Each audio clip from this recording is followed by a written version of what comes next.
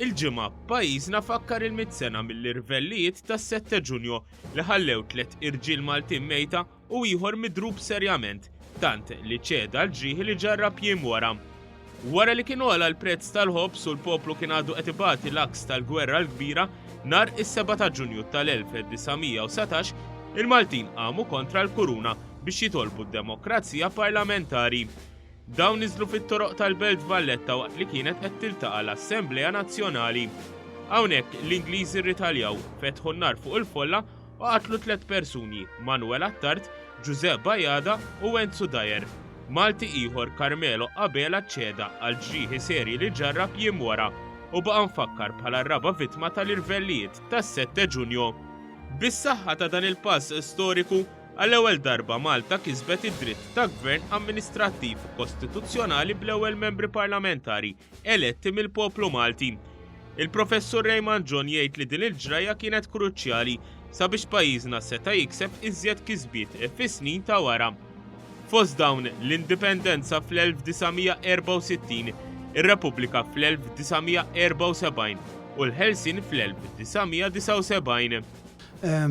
Infatti, mill-ewwel kellna forma ta' autogvern, ta' gvern responsabbli, u mbagħad fuq dak bqajna nibnu anke jekk b'ċerta titubanza, b'ċertu tluħun żgħul, imma kien xpruna ħafna biex nasserixxu iktar id-drittijiet u l-obbligi tagħna kostituzzjonali, politiku konstituzzjonali. Il-professur Raymond John jisħaq li minkejja li għaddew 100 sena din il-ġraja xorta waħda tibqa' valida għall-ġurnata tal-lum u għas-snin li ġejjin.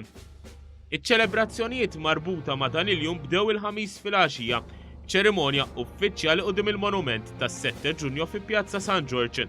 ċerimonja li għali attendew l-għol uffiċjali tal-pajjiż fosthom il-Prim Ministru Joseph Muscat. Kollox beda parata mill-banda tal-Pulizija tul Triq ir-Repubblika li ntemmet f'Misraħ San George. L-Speaker Angelo Farrugia taħaj lil ħutna li mal-milja ta' żminijiet iġġieldu għad-drittijiet tagħna l-Maltin u dwar kif il-Parlament Malti jista' jibqa' jevolvi ma' żminijiet. Fost oħrajn semma l-abbuż mill-privileġġ parlamentari tad-deputati għalli minkejja li dan il-privileġġ irid jibqa' jiġi salvagwardjat, xorta irid jidħol mekkaniżmu għal dawk il-membri tal-pubbliku li jkunu issemmew minn deputati. Għalli sakemm jinstab mekkaniżmu għaqli li jissalvagwardja ż-żewġ naħat għandu jingħata dritt għar-risposta lill-pubbliku. Nemmen li wasal iż-żmien li nikkonsidra li npoġġi fuq il-mejda tal-Kamra kull ilment ta' ċittadin li jibgħat li bil-miktub għaliex hekk inkun qed iħossu inġurjat dak li jkun intqal dwaru fil-Kamra. Għall-inqas ikun hemm il-notifika. Qal li dan minkejja li jibqa' jissalvagwardja d-drittijiet tal-membri parlamentari jassigura li ma jsirx abbuż minn dan il-privileġġ. L-Speaker Angelo Farrugia refera wkoll għan nuqqas ta' rappreżentanza tan-nisa fil-Parlament.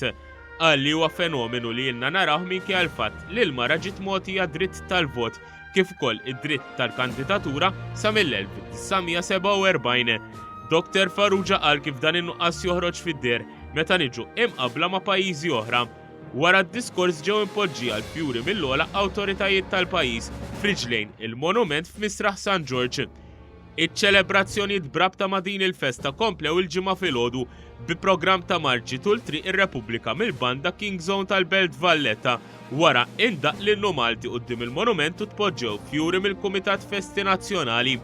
Waqt qudiesa fiċ-ċimiterju tal-Addolorata li fakret l-4 vittmi, l-Arċisqof Charles Scicluna fakkar li dawn ir-rewwixti waslu għall-Kostituzzjoni għal Malta sovrana u semma kif illum 100 sena wara għandna nkunu aħna li nimpenjaw ruħna għal soċjetà aktar ġusta wara l-qudiesa tqiegħdu l-fjuri fuq il-qabar tal-4 vittmi.